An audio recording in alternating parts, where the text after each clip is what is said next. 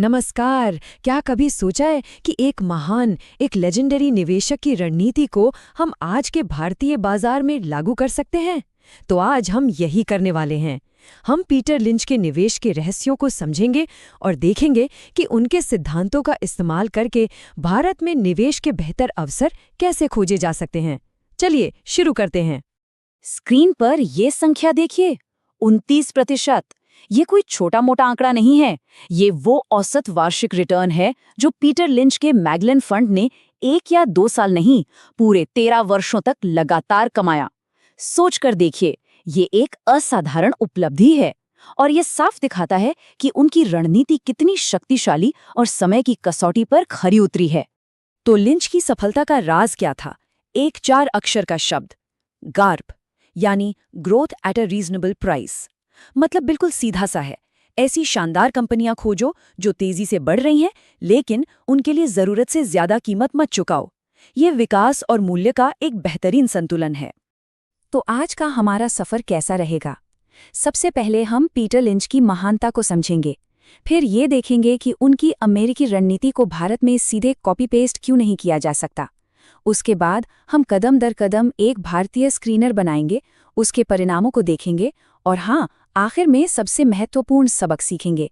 तो सवाल ये है कि लिंच की रणनीति इतनी खास क्यों है? देखिए, उनकी सफलता सिर्फ शानदार रिटर्न के बारे में नहीं थी, ये थी उनके अनुशासन के बारे में। वो हमेशा वित्तीय रूप से मजबूत कंपनियों पर ध्यान केंद्रित करते थे, बाजार की हाइप से दूर रहते थे और अपने पोर्टफोलियो को समय समय पर रीबैलेंस करते थे। लेकिन यहाँ एक चुनौती है। हम लिंच की रणनीति को जैसा का तैसा यानी कॉपी पेस्ट नहीं कर सकते। क्यों? क्योंकि उनके नियम उस समय के अमेरिकी बाजार के लिए बने थे।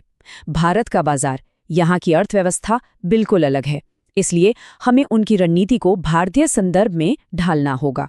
चलिए एक सरल सा उदाहरण देखते हैं। लिंच $1 बिलियन से ज्यादा मार्केट कैप वाली कंपनियों को देखते थे। आज के भारत में हम ये सीमा 1000 करोड़ से ज्यादा तय करेंगे ताकि ज्यादा कंपनियों को शामिल किया जा सके। देखा, ये एक छोटा लेकिन बहुत ही महत्वपूर्ण समायोजन है। ओके, तो अब आते हैं इस विश्लेषण के सबसे दिलचस्प हिस्से पर। हम पीटर लिंच के सिद्धांतों का उपयोग करके भारतीय बाजार के लिए एक फिल्टर बनाएंगे जो हमें सही कंपनियां खोजने में मदद करेगा। तो चलिए इसे स्टेप बाय स्टेप बनाते हैं। हमारा पहला कदम है बाजार की भीड़ को कम करना। मतलब हमें केवल वे कंपनियां चाहिए जो एक निश्चित आकार और विकास दर को पूरा करती हैं। तो चलिए हमारे पहले 2 फिल्टर लागू करते हैं। तो हमारे पहले फिल्टर ये रहे। नंबर 1, कंपनी का मार्केट कैप 1000 करोड़ रुपए से ज्यादा होना चाहिए। नंबर 2, पिछले 3 सालों में उनकी बिक्री यानी रेवेन्यू ग्रोथ और उनकी कमाई यानी EPS ग्रोथ दोनों ही 12% से ज्यादा होनी चाहिए। इससे ये पक्का हो जाता है कि हम सिर्फ लगातार बढ़ रही कंपनियों पर ही ध्यान दे रहे हैं। ठीक है, तो अब हमें बढ़ती हुई कंपनियां मिल गई हैं। लेकिन क्या हर बढ़ती हुई कंपनी अच्छी होती है? नहीं। हमें ये भी जांचना होगा कि कंपनी की गुणवत्ता कैसी है, वो वित्तीय रूप से स्थिर है या नहीं। और यहीं पर काम आते हैं हमारे गुणवत्ता और सॉल्वेंसी फिल्टर। अब हमारा काम ये पक्का करना है कि ये कंपनियां मजबूत हों। पीटर लिंच इसे वित्तीय कचरे को बाहर निकालना कहते थे। इसके लिए हम उन कंपनियों को चुनेंगे जिनका रिटर्न ऑन इक्विटी यानी ROE और रिटर्न ऑन कैपिटल एम्प्लॉयड यानी ROCE दोनों 15% से ज्यादा हों। और सबसे जरूरी, उनका कर्ज उनकी इक्विटी के आधे से भी कम होना चाहिए। एक मशहूर कहावत है, प्रॉफिट एक राय है लेकिन कैश एक तथ्य है। पीटर लिंच के लिए कैश फ्लो बेहद महत्वपूर्ण था। इसलिए हमारा अगला कदम यह सुनिश्चित करना है कि कंपनी वास्तव में कैश उत्पन्न कर रही है या सिर्फ कागजों पर प्रॉफिट दिखा रही है। यहाँ हम 2 प्रमुख चीजें जांचेंगे। पहला, फ्री कैश फ्लो यानी FCF सकारात्मक होना चाहिए। ये वो पैसा है जो सभी खर्चों और निवेश के बाद कंपनी के हाथ में बचता है। दूसरा, ऑपरेटिंग गतिविधियों से कैश भी सकारात्मक होना चाहिए। इससे साफ पता चलता है कि कंपनी का मुख्य व्यवसाय पैसा कमा रहा है। याद है हमने शुरू में गार्प की बात की थी, उसमें R का मतलब था रीजनेबल प्राइस।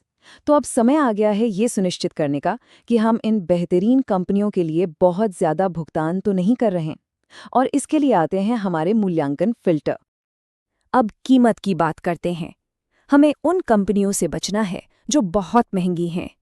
इसलिए हम ऐसी कंपनियां चुनेंगे जिनका प्राइस टू अर्निंग्स यानी पीई अनुपात 30 से कम हो और प्राइस टू सेल्स अनुपात 2 से कम हो। इससे ये सुनिश्चित होता है कि हम एक अच्छी कंपनी के लिए सही कीमत चुका रहे हैं। आखिर में हम एक तकनीकी परत जोड़ते हैं। देखिए, एक अच्छी कंपनी मिलना ही काफ़ी नहीं है, हमें ये भी सुनिश्चित करना है कि जिन शेयरों का हम चयन कर रहे हैं वे गिरावट में ना हों। लिंच का मानना था कि एक अच्छी कंपनी को तब खरीदना बेहतर है जब वो ऊपर जा रही हो, ताकि हमारी पूंजी फंसी ना रहे। इसके लिए 2 सरल नियम हैं।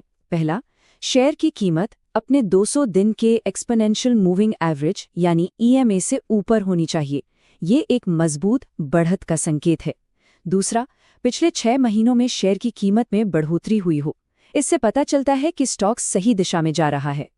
तो हमने अपने सभी फिल्टर बना लिए हैं: ग्रोथ, गुणवत्ता, कैश फ्लो, मूल्यांकन और मोमेंटम।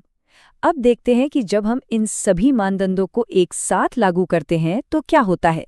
परिणाम कहना होगा काफी प्रभावशाली है। और ये देखिए, ये प्रक्रिया कितनी शक्तिशाली है। हमने लगभग 2800 सूचीबद्ध कंपनियों से शुरुआत की। सिर्फ ग्रोथ फिल्टर लगाने के बाद ये संख्या घटकर 250 रह गई। और जब हमने सभी फिल्टर गुणवत्ता, कैश फ्लो, मूल्यांकन और गति लागू किए तो हमारी पास केवल मुट्ठी भर कंपनियां बचीं। इस मामले में सिर्फ 4। तो एक बहुत जरूरी सवाल, क्या इसका मतलब ये है कि हमें बस जाकर इन 4 कंपनियों को खरीद लेना चाहिए? इसका जवाब है बिल्कुल नहीं। और ये समझना सबसे ज्यादा जरूरी है, ये स्क्रीनर एक बाय लिस्ट नहीं है, ये रिसर्च के लिए एक शुरुआती बिंदु है। ये फिल्टर हमें संभावित अच्छी कंपनियों तक पहुंचाते हैं, लेकिन असली काम तो अब शुरू होता है। हाँ, असली काम अब शुरू होता है। अब हमें इन चुनी हुई कंपनियों में गहराई से उतरना है, उनकी निवेशक प्रस्तुतियां पढ़नी हैं, उनके कॉन कॉल ट्रांसक्रिप्ट का विश्लेषण करना है और उनके बिजनेस मॉडल को ठीक से समझना है। ये जो गुणात्मक शोध है ना, यही एक अच्छे निवेशक को एक महान निवेशक बनाती है। तो इस पूरी प्रक्रिया से हम क्या सीखते हैं? क्या ये सिर्फ एक नया फॉर्मूला खोजने के बारे में है? नहीं, सबक इससे कहीं ज्यादा गहरा है। और यही इसका सबसे बड़ा निष्कर्ष है। असली सबक किसी फॉर्मूले को आंख बंद करके कॉपी करना नहीं है, बल्कि पीटर लिंच के मूल सिद्धांतों को समझना है: गुणवत्ता, विकास और उचित मूल्य। और फिर उन सिद्धांतों को अनुशासन के साथ अपने बाजार और अपने समय के हिसाब से अपनाना है। एक जरूरी बात, ये सारी जानकारी केवल शैक्षिक उद्देश्यों के लिए है। प्रतिभूति बाजार में निवेश बाजार के जोखिमों के अधीन है, इसलिए निवेश करने से पहले हमेशा सभी संबंधित दस्तावेजों को ध्यान से जरूर पढ़ें।